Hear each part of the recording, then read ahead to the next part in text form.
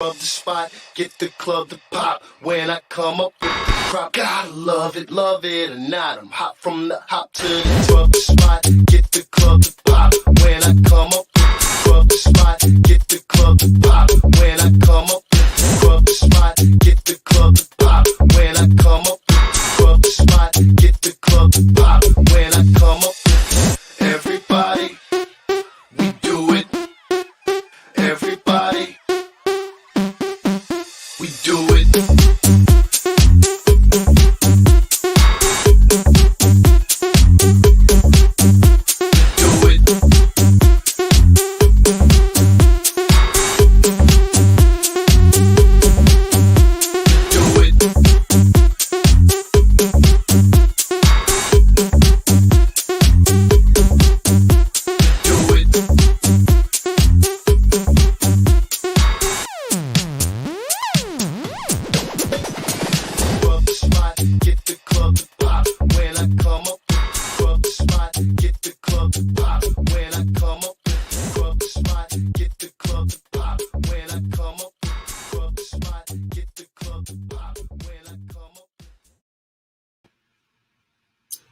You are now tapped into the coolest reptile podcast in the world, and I got homies to prove it. What is good, everybody? Steven! All right, you know what's good. I'm here with the Reptek crew, Cold Blooded Cafe crew, the homie Matt Summers. We got the homie Brock over here. Wait, Brock's right here. Wait, right there. There's homie Brock, homie Alex. What is good, Alex? Alex, okay, hold up. This is the homie Alex. I want everyone to meet the homie Alex real quick. Alex, how long have you been working here so far, and how you been liking it? So far, it's my second week on this internship here at Reptek, and yeah, it's an awesome facility. You know, if you guys haven't visited this place, you're missing out. And you know, they've got a collection that half of you couldn't even dream of. Yeah, it's kind of like a surreal thing once you actually get here and you see it for yourself. Absolutely.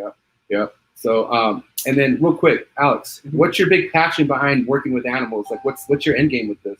Honestly, my end game is just to breed a couple species myself privately. Nothing on a huge, massive scale, but, you know, just have a nice reptile room, breed a couple cool lizards I like, and, you know, enjoy the hobby for what it is. All right, last question. Are you ready for fucking Schaumburg or what? Hell yes, I am. Now, you're not a stranger to shows like Tinley. You've gone to Tinley's and stuff like that, right? Absolutely. So, I have not missed Tinley since 2013. And show. Speaking of Tinley, what about you, Kush? Are you ready for fucking Schaumburg or what? Fucking Schaumburg, baby, fuck! Fuck, baby, fuck! Schaumburg, baby, fuck! Schaumburg, baby, fuck! No, okay, but in all seriousness, this is your guys' home. This is like your home show. Like this is where the closest. Oh, look who it is! Excuse me, I gotta leave. Here you go. You can sit down right here. Okay. All right, Desiree's in the building, everyone. Here she is. I didn't want to do this podcast. I don't like talking. But Des, tell the people how excited you are for this weekend. I'm really excited for this weekend. What are you looking forward to the most? How our booth turns out. Right? Yeah. And what can people look forward to about your guys' booth this weekend? Just all the variety and all the cool people, and it's going to be a blast. Will there be other things besides rodents available? Yes. Yes, there will. All right. Say less. Say less. Say less. Anything you want to say to the people out there, Des, before I get my seat back? I can't wait to see you all there, everybody who makes it, and thank you for all your support. Cold Blooded Cafe Queen right here, just so you know, in the flesh.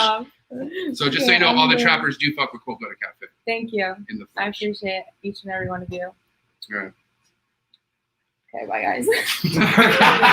My child's in the car. I have to put in the bed. I'll see you at the house later, Des. I'll get online and chit-chat. All right. Peace out, Des. Bye guys. Desiree Minot, ladies and gentlemen. Queen of Reptek and Cold Blooded Cafe.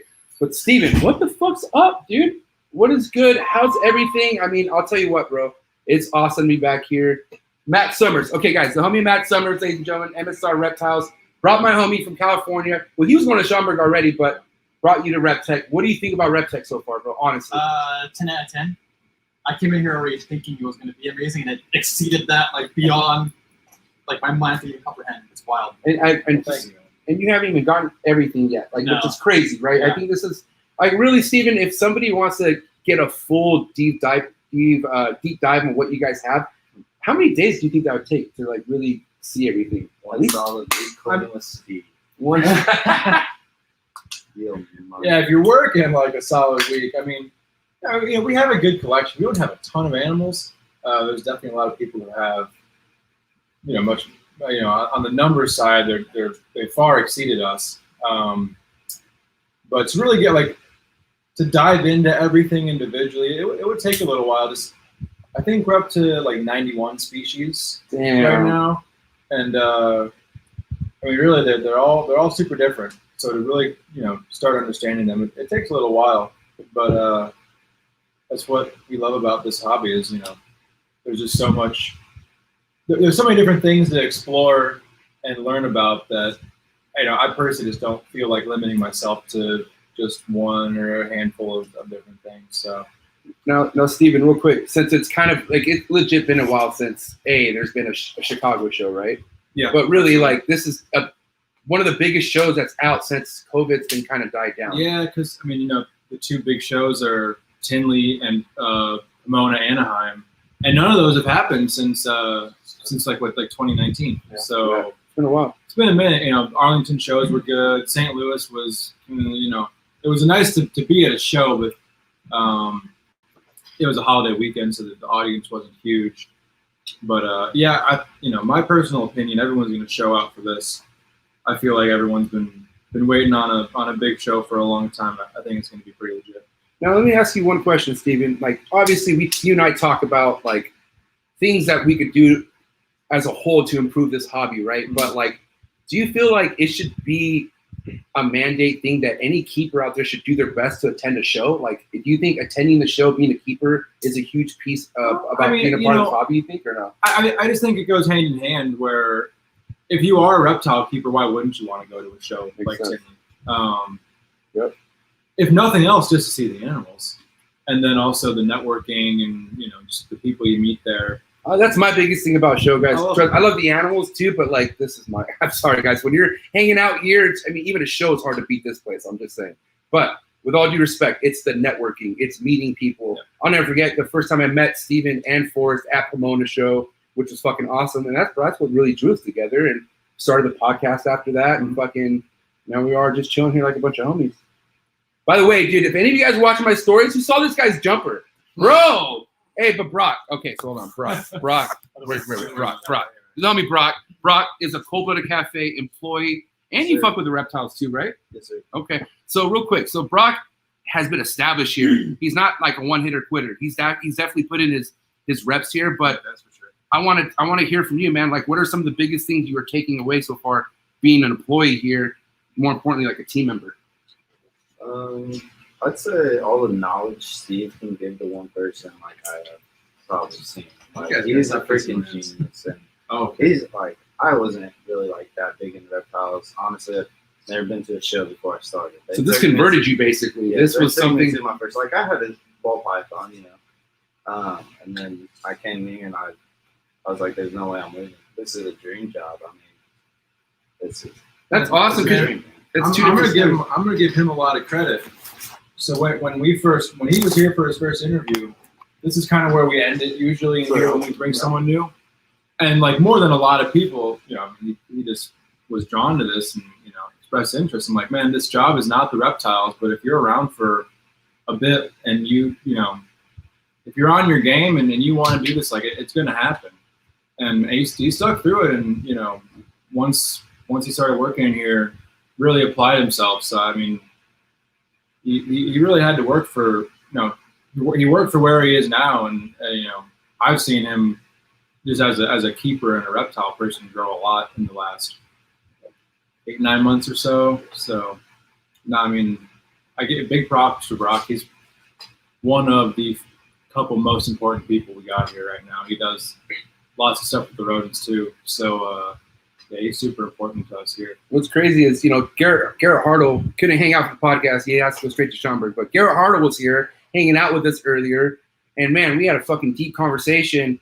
I was telling him how I parted with my mainlands and stuff like that and how much I appreciate his fucking effort and passion in the Super Dork project. Because of that, retics are amazing, man. The retic personality, it goes through all different sizes. Retics are retic. But, in a real world, man, not everyone could fucking care legitimately for a 12, 13, 14 plus fucking foot retic. Like, I mean, and I'm not talking about stuffing it in a 6x2, which is, unfortunately, Garrett told me the industry standard. Fuck that. That's not an industry standard to me. And that's not to knock anyone else down. Listen, the snake eats shit and sheds. I'm sure that's cool. I just don't want to see that. It's kind of like, hey, I got nothing against spider balls, but I'm not going to have a fucking rack full of them watching them fucking going nowhere. You know what I mean? And that's nothing against spiders. I still think spiders should be alive. I'm just saying.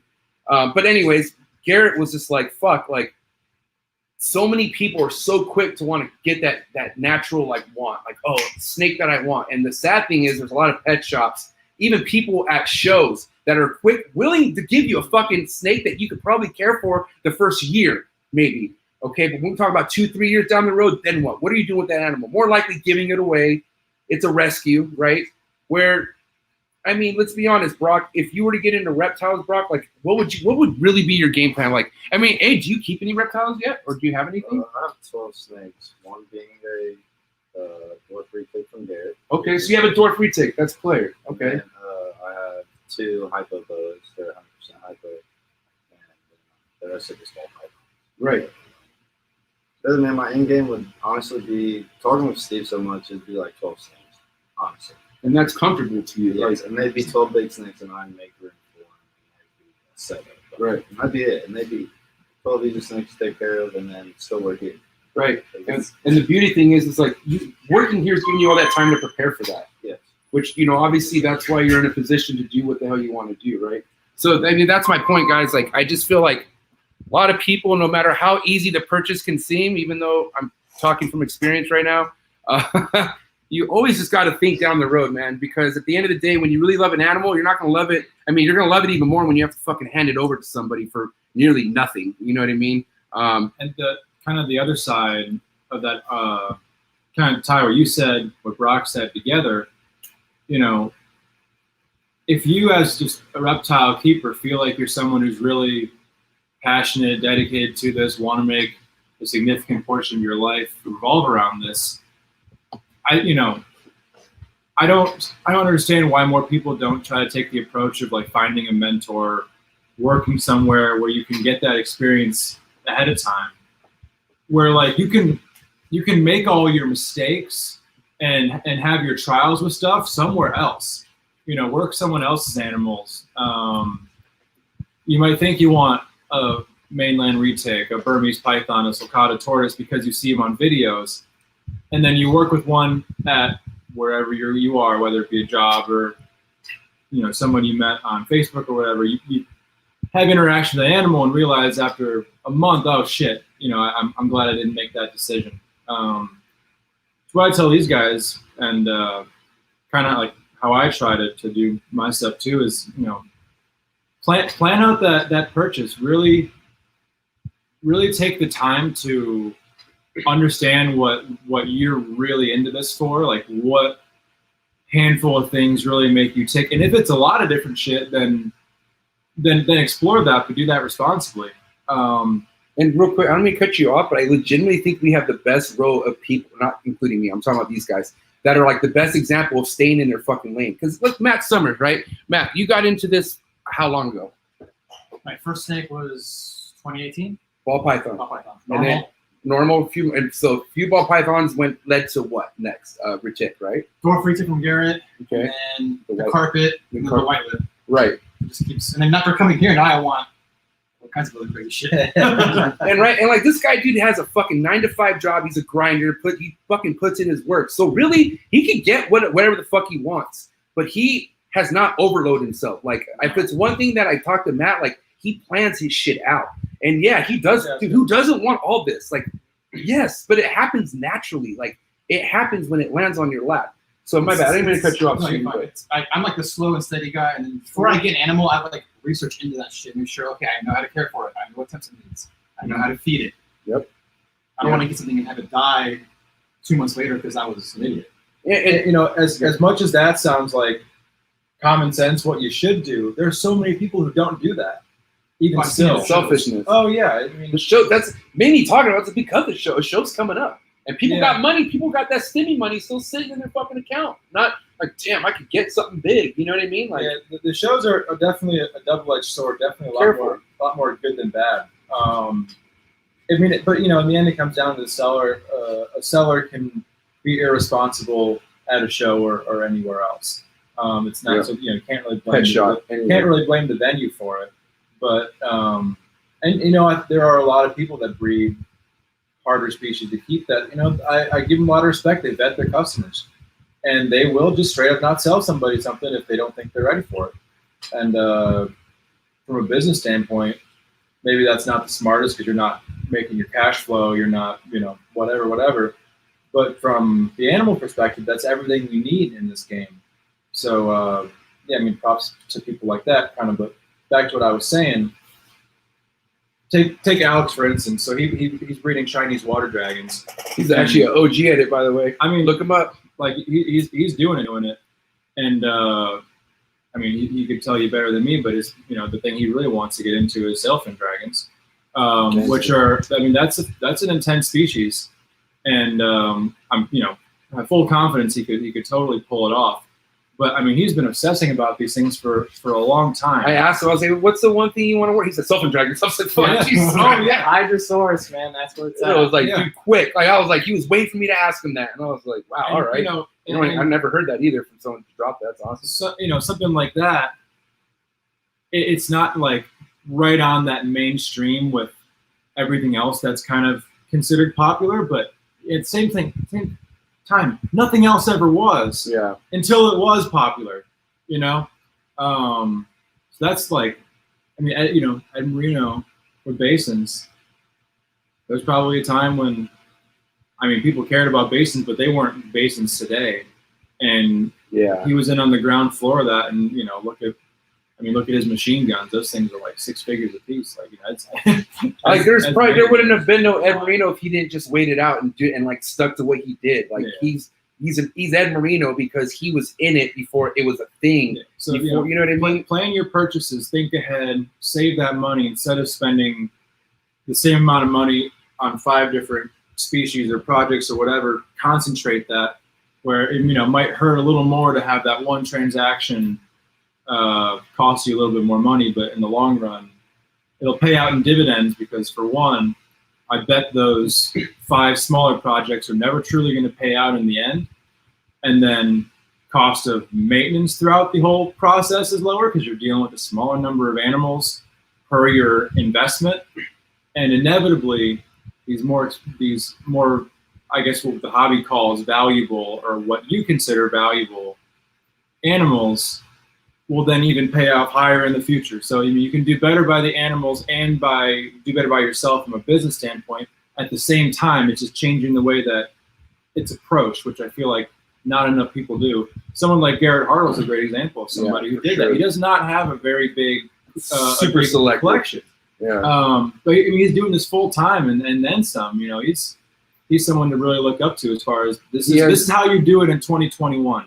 You could have a multiple 10,000 square foot facility with, thousands of snakes. That could have worked in the 90s and the 2000s, but these days, it's, the Garrett Hartle method, so to speak, the smaller collection, specialized, it's what works. And it's been, it's proving itself in anybody who's being really successful with this, that specialize as much as you want, which sounds kind of funny coming from us with 90 species or whatever. Well, hold on real quick. This was Forrest's fault, and you guys just fine-tuned everything.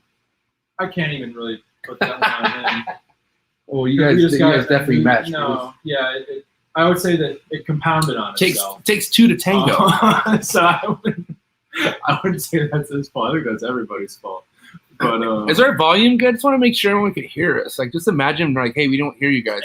Do we sound okay, guys? Just want to make sure everything's good. Yeah, I've been monitoring. Okay, cool. All right, cool. Damn, what up? The whole time. You scared the shit out of me. My bad. What's up, Calvin? Damn, we got some people up in the building. But anyways, no, that's a good point, Kush. What you want to keep on? I guess kind of still on this topic. I don't even know how the fuck I got here, but a lot of people get into this interested in the animals and then kind of get hooked by, well, you can do this for a living. You can just be your profession. Easy. And then kind of get lost in there too. Yeah. But I've been doing this for like 10, 11 years, so not super long in the context of some other people. And this industry. But For your age, that's a long time. yeah. I mean, This is life. Alex is along the same, time frame as me for sure. Class of 21 right here. Fucking epic. Senior year. I got teased so young. I wish I was fucking young. Matt, don't you wish you were fucking like 20? Imagine you're 20. I miss that. Imagine you're 20 and I working with miss shit that like energy this. and everything. Bro, I don't know. Hey, listen, this is the future of the fucking hobby right here, and that's why it's like Enjoy it before 30. After 30, right, man. Your backsides are, your jumpers won't be so wet. I don't know about that. No. This fucking good ball, anyways. I'll let that one go. But yeah, anyway, kind of what I was saying. There's definitely a way to make this a business and still kind of keep the ethics there, keep doing right by the animals. I just think that's evolving in the next few years. I think it'll more come to light where like it's understood. All right, this is kind of the recipe, so to speak, as to how this shit gets done right. No, I mean to cut you off. No, go for it. I was kind of losing my train. No, you're fine. Okay. In all seriousness, man, there's a couple big reasons why people get into this hobby, okay? Yeah. Clout. One of them, meaning like Yeah, Instagram blows no, up, for sure. pretty snakes, right? Then you have somebody, I should say three, okay? Then you have somebody who likes animals, they just want to make legit business out of it, right? And then you have the private side breeder, someone who's like, I just want the rare shit and I don't care about posting it. I just want to keep it, right? But the most popular one out of all those are the ones who want to make money off of it. Straight up. Like if at the end of the day, this starts into something that you collect that you like, and then you're like, fuck, people are making money. Who's always evolving pythons? He has fucking Ferraris. Like, oh shit, he sells snakes, and that's just how it starts. Yeah. And that's okay to want to make money off sure. this, right? Yeah. But what would be your proper game plan to a right platform to that, Steven, in your experience? I think these days, with how the market is changing, I think you need to do something different. And so I'll take for instance, I'll just use myself as an example with the scrub pythons. So I feel like me just individually, even just separate from Reptek, before I was here, I kind of just became known for that, and for a reason I was just obsessed with them and talking about them all the time. Because I started keeping them and realized, my God, these animals are incredible. I love them, and I'm just going to tell everybody else that, and they'll probably catch on at some point. And in that time frame, and I'm not taking full credit for this, absolutely not. There's a group of people, not a huge group, but a good group of probably 5 to 10 people who've been pushing them, and now the market for them is just out of control. I mean, it really is. Like, prices are probably tripled what they were a few years ago, and the supply is nowhere near the demand.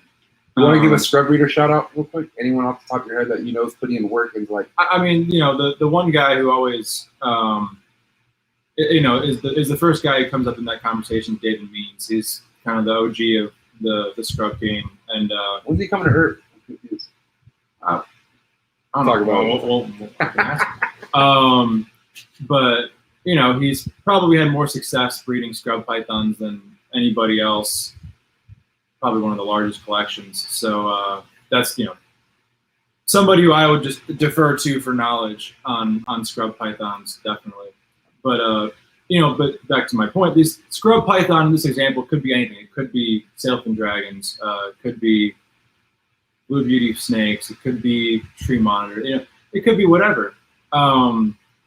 It's a combination of doing the legwork, getting the animals dialed in, marketing yourself properly, and therefore creating a market that will never be able to fulfill itself just based on how cool these animals are, not based on look how much money you can make. Like, that's the ball python pitch, which is just true. It is. And, you can still like ball pythons. I still do, but the pitch is definitely, you can make money. That was the Pete Call, Ralph Davis pitch was, look at me driving a Corvette and, living in a big house. Naked women. Yeah, exactly. Which, I mean, if Cocaine, it comes along with it, cocaine everywhere. Okay, fine if that comes along with it, but like, 90s were great. But I think if the intention is for the betterment of the animals and try to bring everybody along, then you can do the business aspect of it ethically and still keep the animals in an optimum condition as far as like the market's perception of them. What like why are we doing this? If you're doing it for the animals first, and you can back that up with your actions, then make all the money in the world. I mean, truly, it's an industry. It's economics. These things have value because we decide they have that said value, and that's not going away. You can definitely make a lot of money off. I mean, even enough to keep you going, as much as you have the ambition to try to make. Oh, look who's awake. Oh, someone's back. All right. But Speaking of that. ladies and gentlemen, we have a celebrity here who's just now in the building. He's coming around the back. Here he is. He's a little slow today. He just had an 11-hour drive, but he's here, and he's the man. I give you Andrew Acevedo. Yes. Sure. He is here. What is good, Andrew? I'm all right, man. How was the drive, bro? Really? Tell everyone how the drive was, and tell them how excited you are for Schaumburg. I'm extremely excited. First time this show's for all of us, and first show Now, there ever. Yeah, like a year and a half. So Andrew, you clearly could have flew, but you drove. Why did you drive? to just look at the sights No. and have a great have an experience of just being on the road. So are you selling stickers or are you doing anything? Are you doing any sticker swaps? No, Or? no sticker swaps. I don't have any stickers. But Yeah, if but anyone any- wants to give me stickers to trade with other people's stickers, I'll be happy to do that. But I don't have any stickers. But for real, so you got anything? You got any heat that you're gonna be bringing to the show? Some snakes. Snakes? just Nothing too crazy. Well, Like everyone no else. big deal. How are the snakes doing for you this year? Like, how's your breeding season looking? Like, kind of give a little bit of Yeah, insight. for the most part, I can't complain. It's been pretty good. It's been fun. How many clutches have you had this year? 5, not too many. Kept it pretty low key this year. Nice, nice. What's your feeling about this weekend at Schaumburg? Like, do you think it's going to be a big show? You think it's going to be the blowout into shows being normal again, or do you feel like it's going to be a little weak? I think it's going to be a huge show. I mean, it's the first show in a year and a half, so why wouldn't it be a big show? Yeah. That's what I'm thinking, man. Now, like, talking to these two are real familiar with going to shows. I mean, Tinley's like one of your fucking home shows as well, right? Like, No, not a home show. you go to Tinley a lot. I've Tinley's like a been regular fortunate show. enough to go, every year since it's happened. So it's good time. And there's Jay, guys. Say hi to Jay, everyone. Jay the barber in the building, always keeping me lit. He picked me up with this lit. It was awesome. But Jay, what is good? How are you, bro? Good. Tell the people how you're living, bro. How's everything with you? How are your animals? Because by the way, I just saw Jay's collection. He has some sick ass collection, and he has amazing pot plants. No, I don't. What the fuck is that? Well, how you living, man? What's I'm living good. Just cutting hair and taking care of animals. It's my life. Now, Jay actually used to work here. He was a Cold Blooded Cafe Reptek employee. And now, obviously you come back whenever you can, right? But what do you miss the most about working here? What are you looking at him for? The monitors. No, I'm just looking at everything. Don't Everything. listen, Steven, I miss Steven. No, but you had a big love with the Abronia, Yeah, I love Right? it, bro. right? And you keep some Abronia. I do. Okay, what Thank kind of you. Abronia do you Thank keep? you, Steven and Des. Yeah. Abronio lithokyla. Oh, wow. Right? Damn, he got that. Lithokyla. Yeah. Not lithochilla. No, that's not a thing. See, now, if you're Steven's friend, you cannot be mispronouncing these scientific terms like exasperatum. You feel me? Actually, it just comes out naturally. That was nice, man. Respect. I'm not wearing this shirt unless I could say the fucking scientific name. You feel me? Yeah, I mean, Honestly, I was sweating balls in that one. I what's the mangrove steak? Boega. Fuck yeah. Boega, baby. Pythons. Carpet? Morelia. All right. Respect. All right. That's all. Everything else is good, right? Oh, What were the other big ones? dude, Boega was. I said that wrong twice. No, man. Motley. Mo- Motley. It's Motley or Motley? It's not. Oh, but I used to say Motley. Yes. Okay, yeah. So there you go, bro. I'm a king. Honestly, I'll own it though. If I say something wrong, I'll own it. It is all day. I'll practice afterwards, but I'll own it. Okay, Steven, real quick. Yes. Where do you feel like? Okay, first off, have you been kind of looking at U.S. art and shit like that? What's you want to talk anything about that right now? I mean, on your chest about the U.S. art. Well, recently, and Alex, correct me if I'm wrong, I feel like we haven't had anything major pop up. I mean, there was the, USARK Florida has filed a lawsuit against the Florida Wildlife Commission, I believe, in the whole tegu, iguana, large constrictor ban. So we'll see how that plays out. I'd like to think they have a pretty good case they've built up. So, I mean, that would be a monumental victory. Last time a lawsuit this big was filed, it was it was back in I believe 2014 or 2015 when USARK sued basically the federal government over the wording and the listing of the large constrictors on the Lacey Act, to where it was overturned to where interstate commerce within the United States was allowed again. We can no longer import, but that's a very fine solution in my opinion. Obviously, imports of those species would be wonderful, but I think that's a topic for a different discussion. But similar situations happening in Florida right now. Last monumental case with USARK, they won. So I have good confidence that they can pull it off again.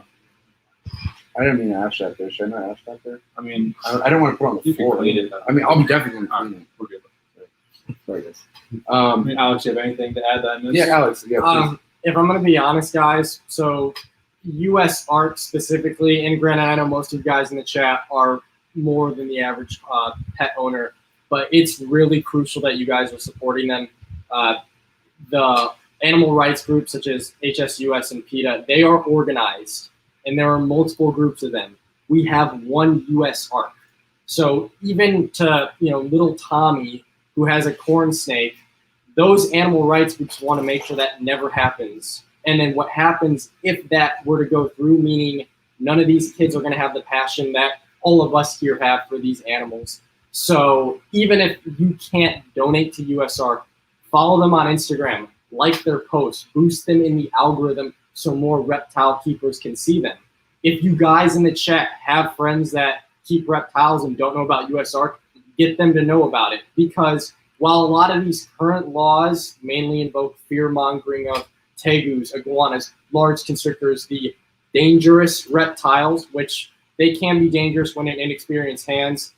If you guys follow Reptek here, you know that we do have some rather large reptiles, crocodile monitors, olive pythons, and so on. But we are, honestly, I'd say a fine example of a responsible establishment that houses them. I like to think so. And the thing is, while obviously housing and selling of such reptiles is regulated under professionals like Steven, who ensure that those animals don't go to bad hands, there are still people that unfortunately end up with a burn when they shouldn't, or a tegu.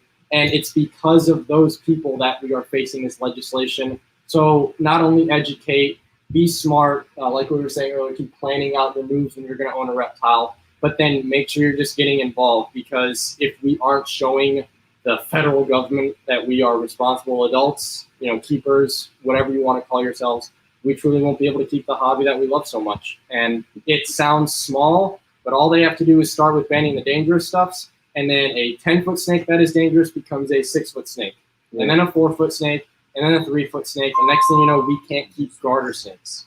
So just because it's not affecting you right now doesn't mean it will 5-10 years from now if people keep winning. So, all right, guys. I don't mean to interrupt you, Alex, but we have somebody who wants to say hello, and this is the king. This is Lars Fanning, King of Zoo Dreams. What's up, Lars? Say hi. Say hi, buddy. Williams. Say hi, Lars Williams, baby. Say hi. We're gonna say hi, Lars. Yeah. So Lars is the owner of everything we sit in here. This is the future right here. This is why we got to support USARK. This is so Lars could keep animals still, huh, Lars? You want to say hi to people? Say hi to everyone. Jay. Oh, you got White Claws? Dang, we got White Claws? No, White Claws. White Claws, baby. Fuck yeah, we got White Claws. Thursday, baby. Yeah, man. It's really all about keeping this going, man, because we got to make sure we got to make sure that the next generation is going to be in good hands. Because it's kind of selfish, right? Think about it, like, because I mean, how many people I mean, there's more than just one, but how many people have been keeping animals for a while who probably just don't give two shits about supporting USR? There's, I mean, Too like many, I said, right? think about, while they're hobbyists like us, we are drastically outnumbered by the common pet owner. Right. And if we got everybody who has a bearded dragon, a leopard gecko, or a corn snake in their house to just donate $5 a month, imagine the revenue and support that could give USR that we don't have right now. Right. It'd make a hell of a difference. Pennies a month. You get it. Yeah. Or per day. Now, we brought up the import game, and the import game is something I always have questions about because, like, that's what started me. Andrew, do you remember when I used to talk to you about my little emerald tree boa import days, and I used to be like, hey, man, this thing's throwing up. You think it'll be okay? And you would politely say, no, it's not going to be okay. And I would continue to keep it, and then it would die, just like that. And that continues to happen still, doesn't it? Still No, not for me. No. I'm talking about it continues for people who are like, out there wanting to keep a species that's hard to get, but imports are bringing them in. So it's not so hard to get when it comes to imports. I think the urge of wanting to purchase one at a show without having any experience prior to working with that species, you're just most likely setting yourself up for failure. I mean, whether if you're experienced or not, it's just these animals go through such a traumatic event in the process of coming into the country. So it's just, if it's not something you're fully aware of, I don't recommend just hopping in and getting something like that. But at the same time, there are people that are focusing on breeding these species. So just wait, and it's definitely going to cost you a little more, but it'll definitely be worth it in the long run. Now, real quick, and I'm going to talk from experience because I'm legit. I remember when Andrew told me that there's really no coming back from a regurgitating emerald. I didn't take his word for it because I really thought this fool was tripping. But it's a real fucking thing. And I'm telling you that because I'm 4 for 4 with that. I have, out of the 4 regurgitated emeralds I had, they all ended up dying. But why is it that you feel like people think they could overcome that objection of keeping an emerald when they throw up? Like, I don't know if I say that they feel the wanting to keep. But what, like, for instance, I know, but like, okay, listen, maybe this thing will like die, but I'm gonna keep it anyways and try to get it thriving. I think that's just kind of selfish, as one person can be. It's just, if you know that the animal is gonna suffer, it's just.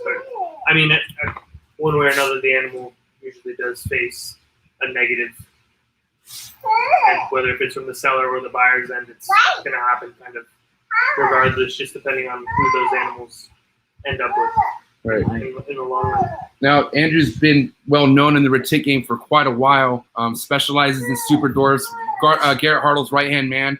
I was talking to Garrett about me having a part with my mainlands, which obviously Andrew gave me that advice a long time ago as well.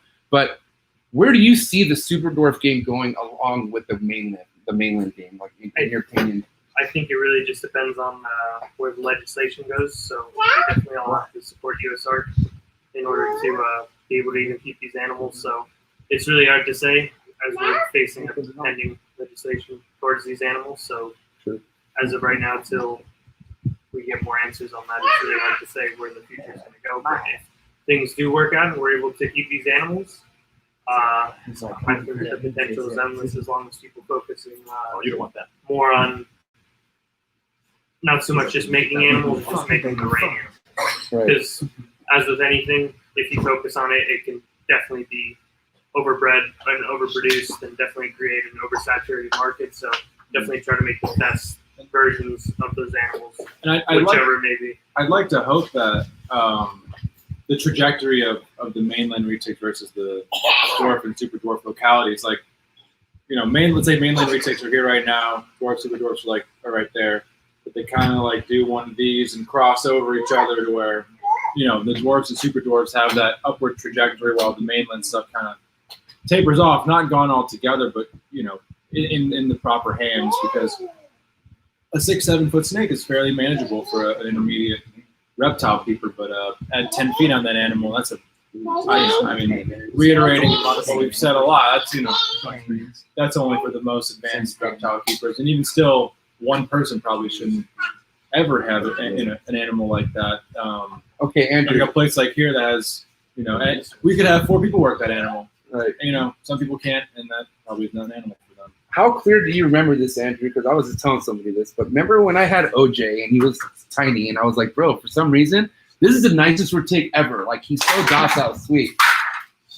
And then you said, yeah, bro, wait till you try pairing them, right? Remember you said, wait till you try breeding them, and that's when things could switch with the male Reptek, like an 8 foot, 9 foot, 10 foot male Reptek. I think it definitely depends animal to animal, but it's definitely something when introducing a male that has never been Bred. in a breeding scenario. It's just, it can either go two ways. It can either be completely calm and normal, and I've had males that are completely confident in doing so, and then there's others that just, it's almost too much for them, and they just turn into a different snake. But That's what happened Reptiks over are here. definitely the only species, well, that I've had more experience with that act like that. Well, I just remember They after can I was, be really combative. yeah, I remember you telling me like that, you know, that could really change when it comes to the whole breeding side, and sure enough, it was, dude. I saw a side of OJ I've never saw before, and this It's will, scary if you're not used to it. yeah, bro. He's checking his body against things and just start biting himself. Like, this fool went ape shit. So it was definitely a reality check. He has to say hi to his grandma. Say hi. She's watching. Oh, say hi to grandma. Say hi to grandma because say grandma's watching. Say hi, grandma. Say hi. Lars, look at the camera. Right there, straight ahead. Straight ahead. Yeah. Hi, grandma. Good job. Oh, You man. said it. Yeah, man, because it is, listen, at the end of the day, we have the opportunity to keep so many amazing animals, and we're just doing everything we can to fuck it all right. You know what I mean? To a certain extent, I think it's just I think it just depends who the animals are with and the motive and focus behind it. 100%. Now, Steven, let me ask you something. What is something that you're most excited about breeding-wise that's been happening here at Reptek? That's not. That's no. I mean, it's scrub. Probably I think it'll always be the scrub pythons. I am looking forward to seeing if we do get any tree boa litters this year. You know, in theory, we have a gravid emerald, 2 gravid annulateds, and another emerald that is progressing nicely. And that would be our first tree boas that we produced here, which would be really huge. You know, in hopes not to call it too soon, the barneck female that laid the clutch last year is, you know, she's gravid right now. So with good luck, we should be able to get a repeat on that. The female blue beauty snake is also gravid, should be laying soon too. Right behind us. Yeah, they're awesome. Yeah, I mean, you know, last year was our first year breeding, and we screwed up the incubation, so we only got a couple babies out of it. My hope is that we can actually incubate them properly this year and get a pretty good clutch out of them. You want the show? Yeah, 100%. Well, man, I gotta say though, man, at the end of the day, I feel like you could really almost have anything hatch out here and be pretty hot, though. I'd hope so. Yeah, I think coming this next year, I want to get our lace monitors dialed in. You know, they're big enough now. I think that would be incredible to get some baby lace monitors. So that's another big thing. And this year going into next with those laces. And they had some good behavior this year, right? Like they were kind of showing a little bit of breeding behavior. Yeah, the male's a little bit small. The female should get a bit more size on her, and we need to build them new enclosures. But you know, once we get everything lined up with them, you know, there really isn't a reason why we shouldn't have at least some success with our lace monitors. Now, other than the laces, what's kind of the exciting monitor project that maybe it's not happening now or next year, but like down the road? That I would be stoked about the yellow tree monitors. Oh yeah. The male's about of size. Real long term would be the croc monitors. I think in the next year or so we'll begin breeding attempts on those. But yeah, Mertens as well. I mean, there's a lot of them. But for the tree monitors, I really love the yellow tree monitors. They're very bold. They have really cool personalities, and I don't know. I think those would be incredible to get something out of the yellow trees. Now, other than obviously Schaumburg show, I mean, any other show out there you have a good feeling about, Steven, that you're excited to maybe attend this year? Yeah, I mean, I love Daytona. Daytona is just such a different show. I'm really looking forward to being down there. Oh, true. You just said. You know, just It's just different. A lot more, turtles and tortoises, lizards, colubrids. You can't have. You can have the thing, Lars. I know. But yeah, I mean, if anybody is into shows and willing to travel, Daytona is definitely one to go to.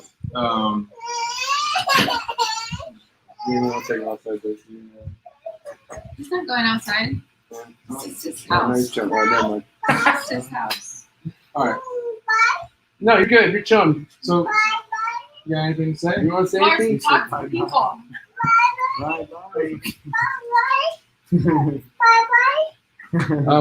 Any species you're looking forward to seeing at Schaumburg?